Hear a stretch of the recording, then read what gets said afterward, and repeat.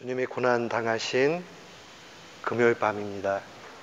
우리가 금요일 날 특별히 주님의 십자가를 묵상할 때에 그 고난의 십자가는 우리에게 영원한 위로와 또한 구원을 가져다 주셨다는 것 기억하면서 오늘 주의 말씀 받기를 원합니다. 오늘 금요일 하나님께서 우리에게 주시는 말씀은 다니엘서 1장 11절로 16절까지의 말씀입니다. 다니엘서 1장 11절로 16절까지의 말씀.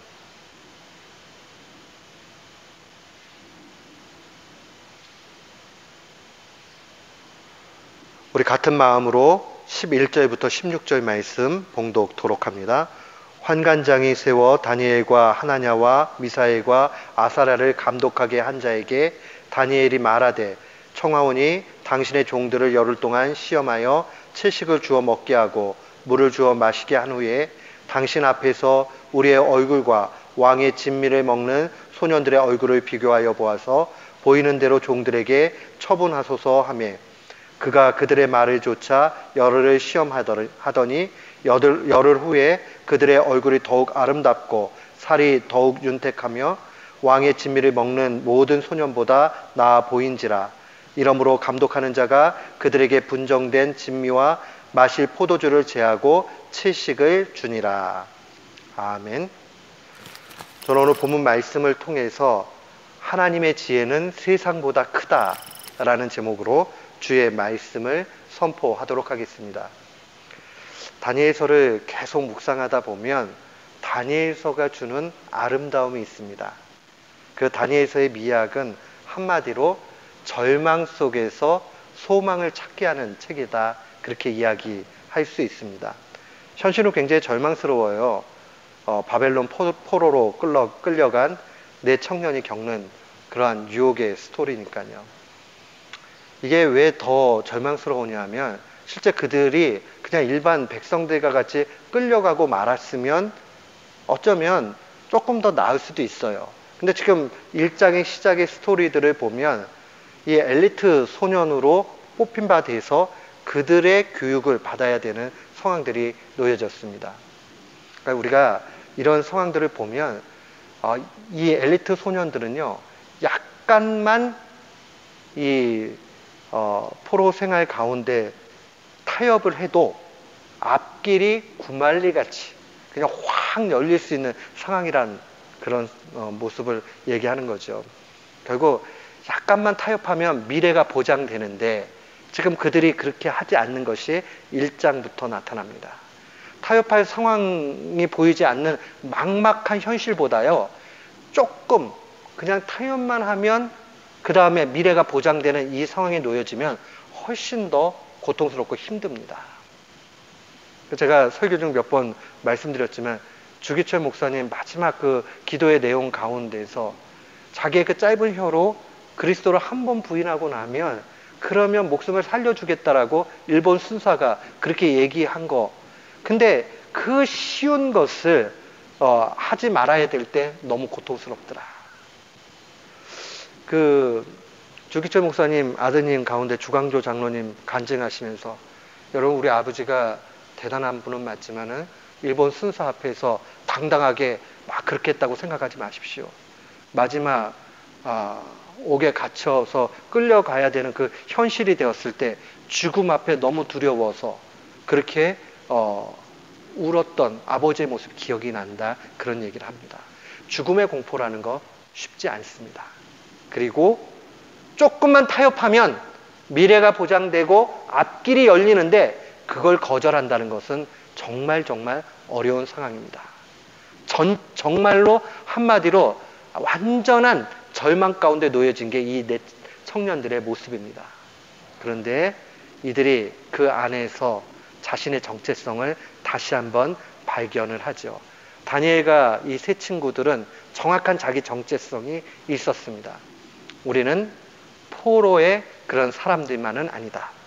우리는 거대한 나라 바벨론에서 살아계신 하나님을 증거하는 사신이라는 그러한 정확한 정체성을 가지고 있었습니다. 그러니까 그 거대한 나라가 있지만은 그 거대한 나라의 분명히 하나님을 드러내야 되는 사명이 있었다라고 자신들은 중심에 세우고 있습니다.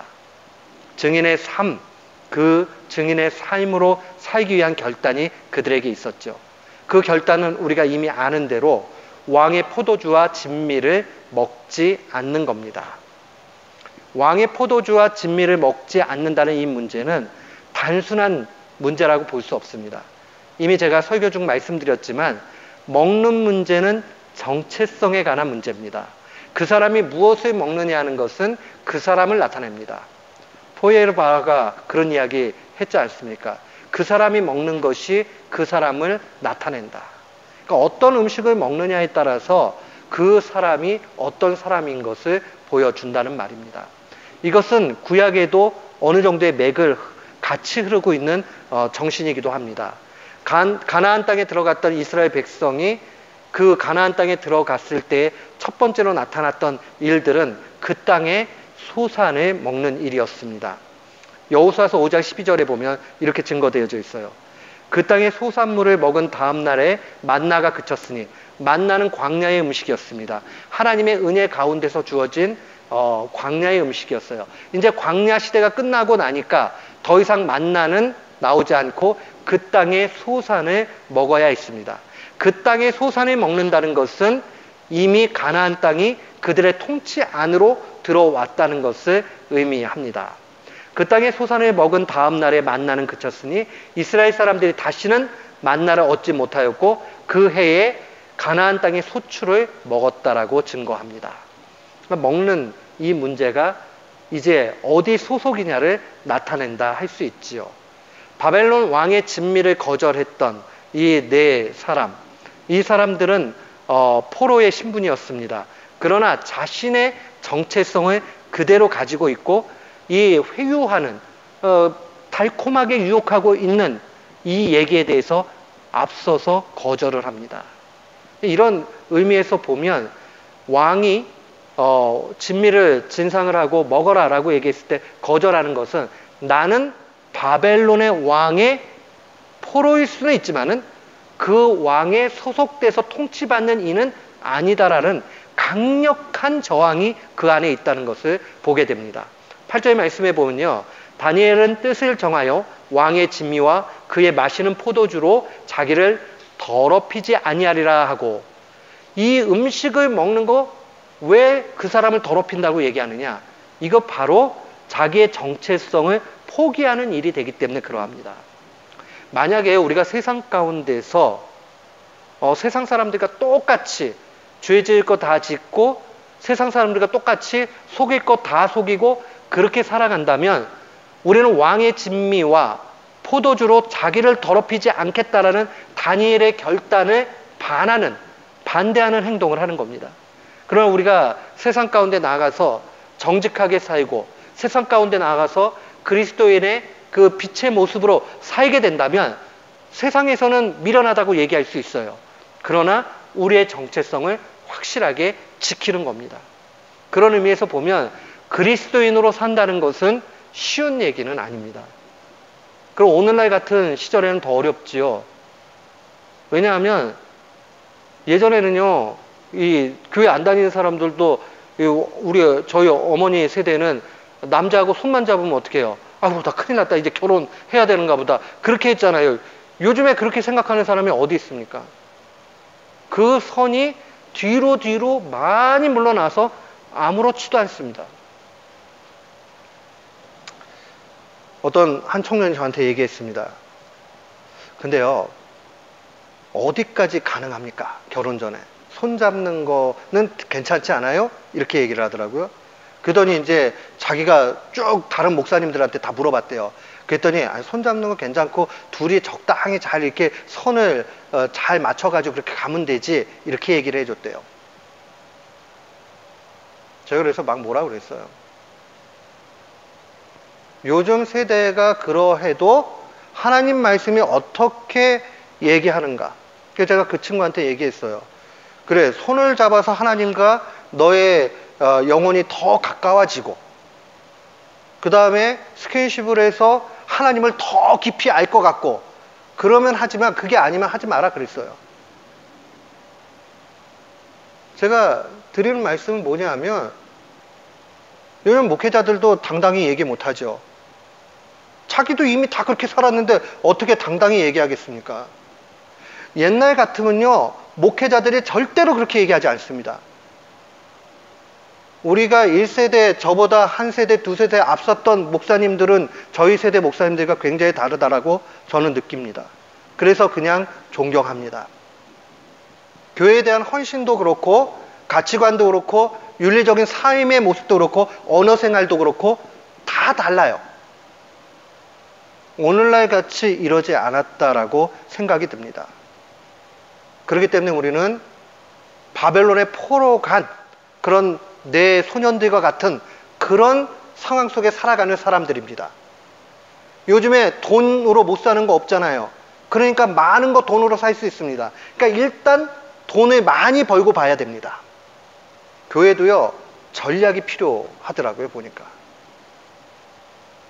남들이 알아줄 만하게 헌금을 하고, 그 다음에 그 돈을 어떻게 벌었던지 간에, 제가 정말 그 곡할 노릇이 한두 번이 아닙니다. 헌금을 많이 하면 목회자들도 그 성도한테 막 이렇게 집중을 하고, 그 다음에 뭘 한다고 그러면 거기에 그냥 다 무너져 버리고, 그분이 정말 순전한 마음으로 하나님 앞에 받은 은혜가 커서 그렇게 헌금을 하고, 그 다음에 그 소득을 얻게 될 때 정직한 마음에서 소득을 얻어서 한다면 귀합니다. 근데 만약에 세상에 나가가지고는 온갖 거짓말 다 하고 나쁜 짓 다 하고 그렇게 한 다음에 돈을 많이 벌어서 교회에도 헌금을 많이 한다. 그게 도대체 하나님과 무슨 상관일까요? 어쩌면 그 모습은 하나님이 기뻐하는 모습 아니다라고 분명히 얘기할 수 있습니다. 저는 우리 교우들이 정직하고 착하고 하나님 말씀대로 부단히 살아서 조금 거짓말해서 많이 벌지 못하는 상황들이 돼도, 그러니까 거짓말해서 많이 버는 사람들보다 덜 벌게 되더라도 덜 버는 걸 선택하기를 원합니다.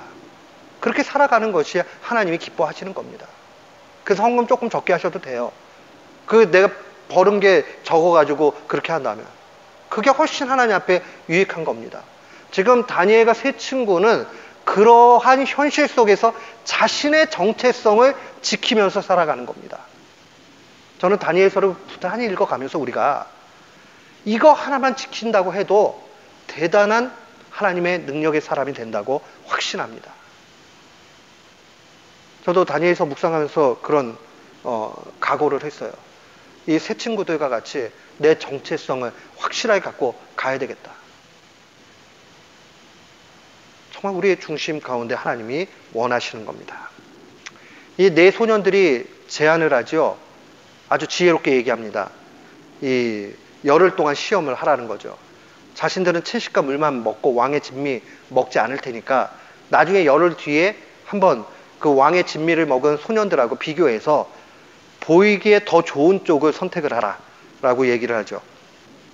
결과는 15절에 보니까 열흘 후에 그들의 얼굴이 더욱 아름답고 살이 더욱 윤택하여 왕의 진미를 먹는 모든 소년보다 나아 보였다라고 증거합니다. 이 사실을 보면서 우리가 기억을 해야 되는 게, 어떤 분이 정말 이렇게 얘기했어요. 그거 봐라, 이미 다니엘은 똑똑해가지고 이 채소가 얼마나 몸에 좋은지를 알아서 웰빙으로 이렇게 하니까 웰빙 식단이 이렇게 만들었다, 이렇게 얘기를 하는데 말도 안 되는 얘기입니다. 왜 그러느냐? 웰빙 식단이 이 사람을 이렇게 만든 것이 아니라 거기에 하나님의 개입이 있는데, 지금 포로로 간 이 소년들이 영양 공급이 다른 게 막 많아가지고 채소를 먹어야 되는 그런 상황이 아니란 말입니다. 그렇기 때문에 일반적으로 고기를 먹은 사람과 채소를 먹은 사람과 비교하면 고기를 먹는 사람, 왕의 진미를 먹는 사람이 당연히 혈색이 좋을 수밖에 없어요. 그러나 여기는 하나님의 개입이 나타나게 되는 거죠. 그러니까 웰빙 식단의 결과가 아니라는 겁니다. 결국 여기에 개입되어 있는 것은 하나님의 지혜가 얼마나 능력이냐 하는 것을 고스란히 보여줍니다.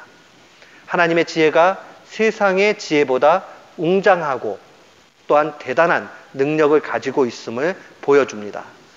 고린도전서 1장 25절에 사도는 증거하기를 하나님의 미련한 것이 사람보다 지혜 있고 하나님의 약한 것이 사람보다 강하다라고 증거합니다. 하나님으로부터 나와야 진짜라는 말입니다. 그렇다면 하나님의 지혜라는 게 뭘 얘기합니까? 하나님의 지혜, 그러면 우리는 이렇게 간단하게 생각하면 됩니다. 하나님의 지혜라는 것은요, 하나님과의 관계에서 얻어지는 것이다, 이렇게 보시면 돼요. 그러니까 하나님과의 관계가, 내가 하나님과의 관계가 좋으면 좋은 것을 얻게 되는 것이고, 나쁘게 되면 좋은 것을 얻을 수 없게 되는 것이 하나님의 지혜입니다. 그러니까 오직 우리가 관심을 가져야 되는 것은 내가 하나님과 지금 관계가 좋느냐 나쁘느냐 하는 것에 달려 있습니다. 그래서 지혜서인 잠언서 1장 7절은 증거합니다. 여호와를 경외하는 것이 지식의 근본이거늘 미련한 자는 지혜와 훈계를 멸시한다. 여호와를 경외하는 것, 두렵고 떨림으로 섬기는 것은 여호와의 말씀을 귀히 여기는 데 있다라는 겁니다. 결국 하나님 말씀에 대해서 어떤 태도를 가지느냐에 달려 있습니다.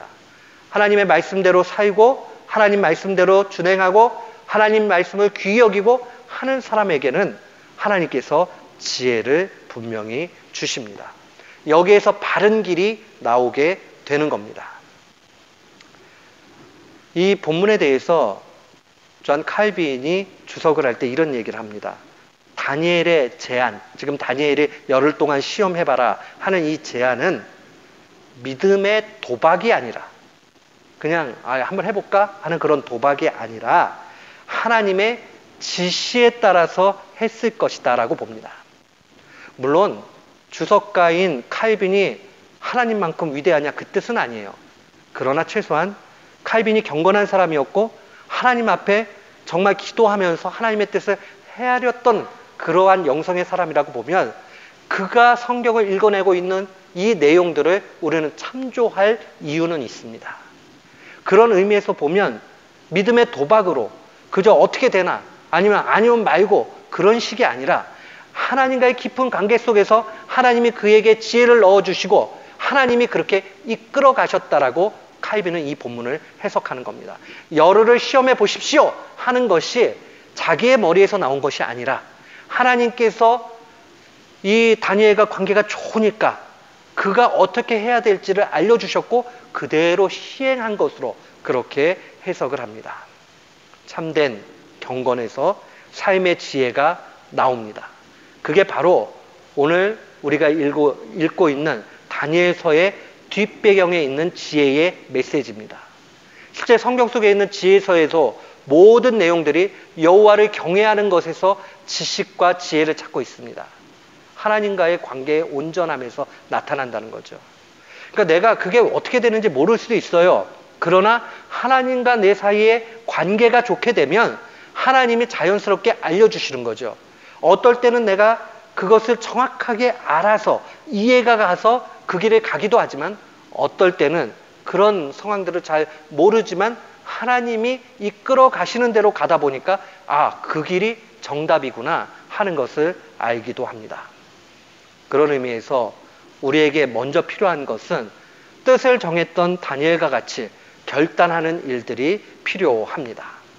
그렇게 결단해 나아갈 때 하나님의 은혜가 충만하게 나타납니다. 신자의 삶은 하나님의 은혜를 갈망하는 삶이 되어야 되고 신자의 삶은 하나님의 전적인 은혜 가운데 살아가야 합니다. 그런데 은혜로 산다는 것을 자칫 잘못하면 잘못 이해할 수 있어요. 하나님의 은혜로 산다고 하는 데는 두 가지 측면이 있습니다. 여러분 잘 기억을 해야 됩니다. 첫 번째 측면은요, 우리가 하나님의 백성이 된 것은 100% 하나님의 은혜입니다. 인간의 노력이나 공로가 아닙니다. 우리는 이 사실을 너무 잘 알아요. 설교 시간에도 말씀 가르침 속에서도 우리가 하나님의 은혜로 하나님의 자녀, 백성이 되었지 하는 것을 분명히 압니다. 사도는 로마서 5장 8절에 이렇게 증거하지요. 우리가 아직 죄인 되었을 때에 그리스도께서 우리를 위하여 죽으심으로 하나님께서 우리에 대한 자기 사랑을 확증하셨다. 아직 우리가 죄인 되었을 때 우리가 회심하고 우리가 구원받기 전에 이미 그리스도께서 십자가의 죽으심으로 하나님의 사랑을 보여주셨다는 겁니다. 그러니까 우리의 가능성과 우리의 상황들을 바라보고 하나님이 구원해 주신 것 아니라는 거죠. 그런 의미에서 보면 100% 전적인 하나님의 은혜로 우리는 하나님의 자녀가 된 겁니다. 근데 제가 오늘 밤에 강조하고 싶은 건 이 두 번째 부분이에요. 그런데 우리가 하나님의 백성으로 산다는 것, 그러니까 구원을 받은 이후에 하나님의 백성으로 산다는 것은 100% 하나님의 은혜와 100% 인간의 순종이 요구된다는 겁니다. 놓치지 말아야 돼요. 우리가 하나님의 백성이 되는 것은 우리가 뭐 순종을 했느냐 뭐냐 이 부분에 있지 않아요. 하나님의 전적인 은혜예요. 그런데 우리가 백성으로 살아가는 데는 100% 하나님의 은혜와 더불어서 하나님 앞에 100% 인간의 측면에 순종이 요구됩니다. 그런데 우리는 이것까지도 하나님의 전적인 은혜라고 그렇게 부릅니다. 왜냐하면 우리가 순종할 능력이 실제는 없거든요. 그거 조금 한다고 해도 그 하나님이 도우셨다라고 크게 보는 겁니다. 그러니까 우리가 전적인 은혜라고 얘기할 때 전적인 은혜니까 난 할 것 없다. 이게 가짜 믿음이에요. 나는 전적인 은혜니까 하나님이 힘 안 주면 나는 못한다. 그 잘못된 믿음이에요. 핑계를 만드는 거에 불과합니다. 순종 없는 백성의 삶은 거짓이 되고 맙니다. 그러니까 우리가 항상 정확하게 기억을 해야 돼요. 하나님의 은혜 100, 인간의 순종 100, 이게 함께 100으로 나타납니다. 꼭 기억을 하셔야 돼요. 그래서 순종 없는 신앙의 삶은 없어요. 그러니까 부단히 우리가 신앙의 순종을 위해서 힘써 나가야 됩니다. 그게 구원에 조금의 도움을 주는 것 아니지만은 백성이라면 마땅히 그렇게 살아가야 합니다. 그런 의미에서 오늘 본문 말씀을 보면 이 내 친구들은 하나님의 뜻 가운데서 자신의 정체성을 확인을 했어요. 그리고 왕의 진미를 거절하기로 결단을 했습니다. 그래서 하나님의 뜻에 따라서 100% 그가 하나님의 뜻을 알게 됐고 그 다음에 순종을 하게 되는 게 제안하는 겁니다. 이제 열흘을 시험해봐라 라고 제안하게 되는 겁니다. 만약에 하나님의 은혜를 잘못 알았다면 다니엘은 하나님의 뜻이 이거구나 하고 가만히 있었을 겁니다. 절대로 열흘을 시험해보라고 그렇게 얘기하지 않았을 겁니다. 그러나 그가 하나님의 뜻을 알게 되었을 때에 이 문제를 해결하는 구체적인 방법은 바로 지혜 가운데서 내가 하나님의 이 100% 은혜를 믿고 그 다음에 열흘을 시험해봐라 라고 그렇게 하나님의 명령에 순종해 나아갈 때 최종적인 열매가 있다라고 그렇게 보는 겁니다. 그러니까 사랑하는 성도 여러분, 우리의 신앙의 삶이라는 게 순종이 얼마나 크게 요구되는가 분명히 봐야 합니다. 9절 말씀에 보면 하나님이 다니엘로 환관장에게 은혜와 긍휼을 얻게 하셨다라고 증거하죠. 하나님의 뜻을 밝히 알게 되고 순종하게 됐을 때에 그 다음에 나타나는 것이 뭐냐면 하나님의 은혜와 긍휼입니다. 결국 우리가 항상 놓치지 말아야 되는 것은 우리가 하나님 앞에 순종하는 일들이 작은 일이 아니라는 거예요. 그리고 백성으로 우리가 살아가는 데 있어서 이 순종을 하나님이 얼마나 기뻐하시는가, 삶의 예배로 보시는가 하는 것을 분명히 알아야 됩니다. 그래서 이 은혜의 두 가지 측면, 하나님의 백성으로 된다는 것은 전적인 하나님의 은혜로 되는 것이고, 백성으로 산다는 것은 여기에 전적인 은혜지만 더불어서 우리의 순종이 요구된다는 이 두 가지 측면 분명히 정확하게 알아야 됩니다. 지금 다니엘과 세 친구는 담대하게 이 결단을 삶으로 옮기게 됩니다.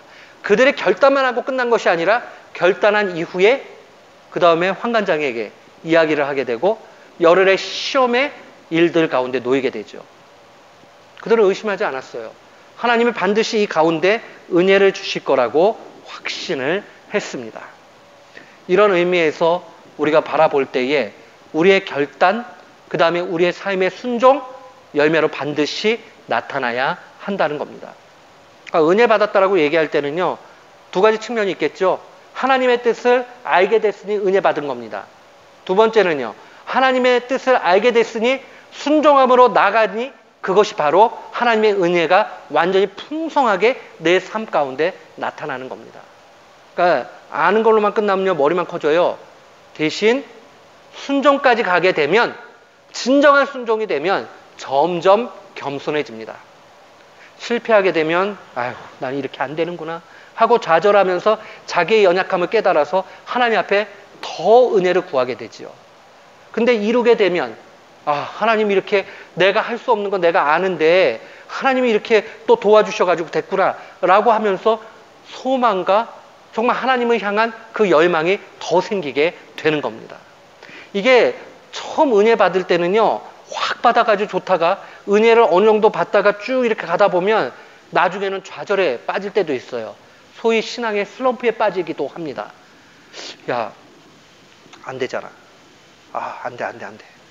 진짜 노력했는데도 안 되잖아. 좌절할 수 있어요. 그때 좌절하지 말고요, 안 되기 때문에 하나님 앞에 도와달라고 더 무릎을 꿇으셔야 되는 거예요. 그 단계를 넘어가게 되면 그 다음에 겸손의 단계로 가요.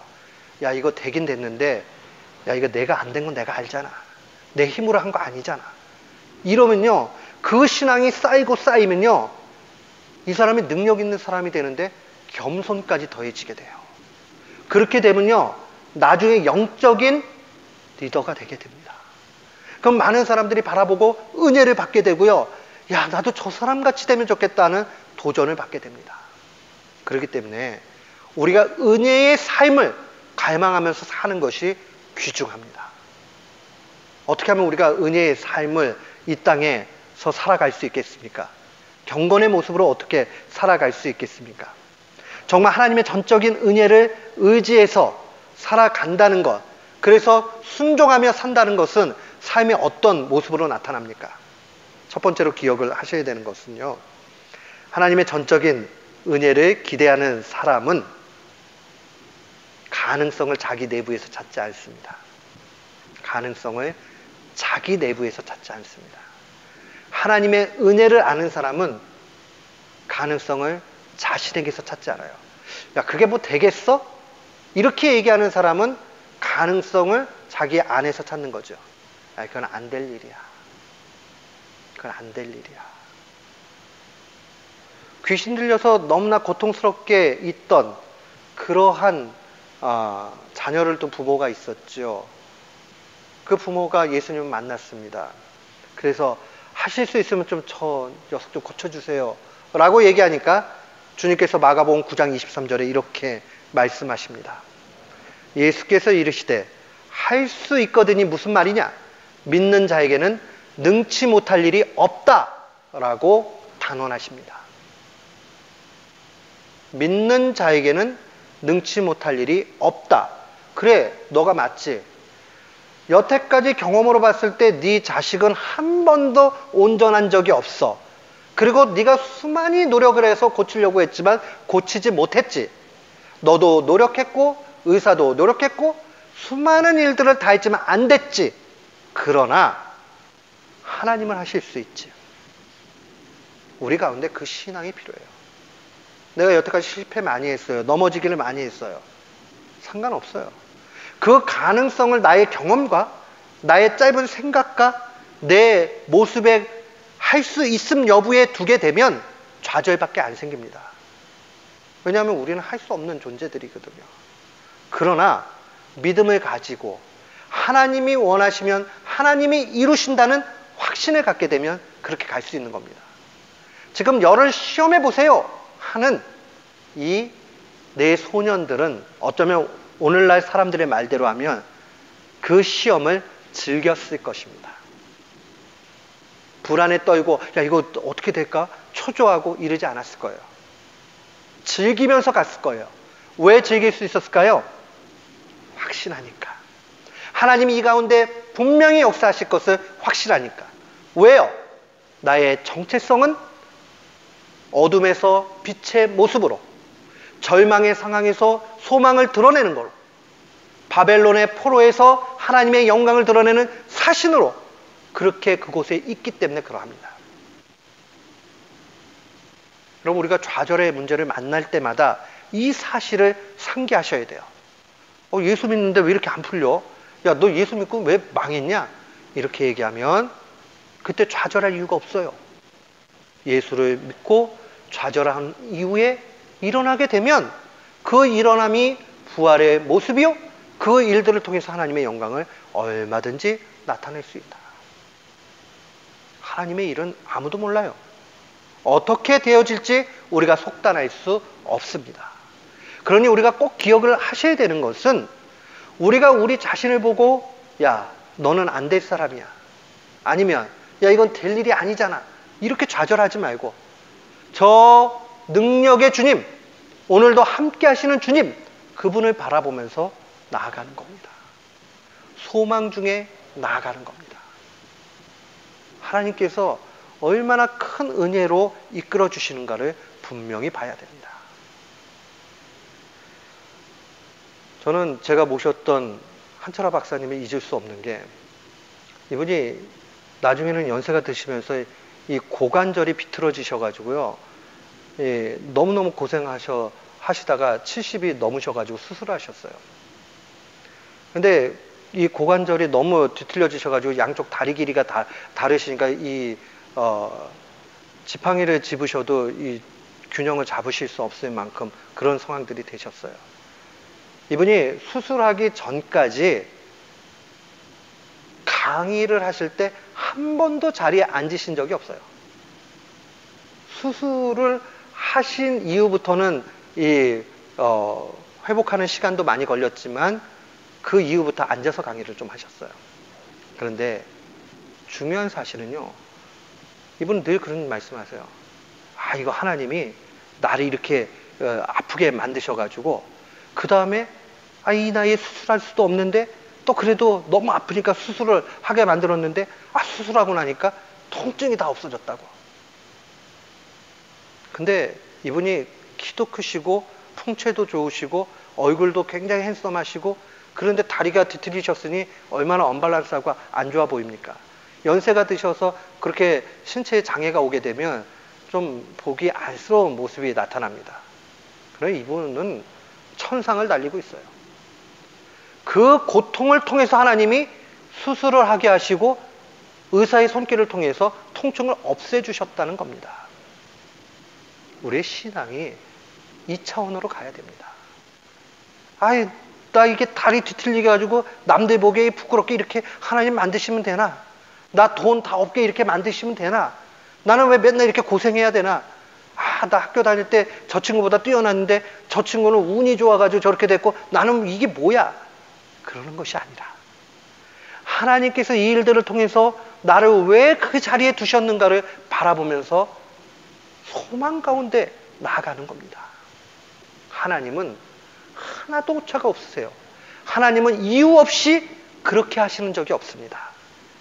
우리에게 고난을 주셔도 하나님으로부터 나왔으면 그것이 큰 은혜인 줄을 확신합니다. 아멘. 우리가 그 가운데 나아갈 때 가능성을 하나님 앞에 두게 되면 이 차원이 확 열리게 되게 되어 있습니다. 또한 두 번째로, 하나님의 은혜 속에 사는 사람은 십자가의 예수 그리스도를 묵상하며 순종의 길을 걷습니다. 은혜 받았다 하는 사람은 은혜니까 끝이다 이러지 않아요. 영적인 싸움 가운데서 늘 순종해 갑니다. 그래서 의인은 고난이 많으나, 의인에게 정말 고난 많아요. 믿음으로 잘 살려고 하면 그 사람에게는 정말로 어려움이 많습니다. 그러나 그 어려움은 좋은 어려움이에요. 고난이 많으나 여호와께서 건지시는도다. 그 가운데서 건지세요. 그러니 좋은 겁니다. 나는 왜 이렇게 몸이 약해? 나는 왜 이렇게 어려운 데서 태어났어? 나는 왜 이렇게 머리가 안 좋아? 나는 왜 이래? 나는 만나는 사람마다 왜 좋은 사람 못 만나고 이래? 그렇게 생각하지 마세요. 그걸 통해서 하나님이 이끌어 가시고, 그럴 때마다 주님이 주시는 메시지가 뭘까 생각을 하고, 우리 주님 예수 그리스도 무고하게 십자가에 달리셨으나 죽기까지 하나님 앞에 순종하며 나아갔지. 내가 그렇게 갈 수 있다면 그 얼마나 좋을까. 정말 그렇게 생각하는 거예요. 빌립보서 2장 8절 말씀 보면 사람의 모양으로 나타나셨음에 예수님의 성육신을 얘기합니다.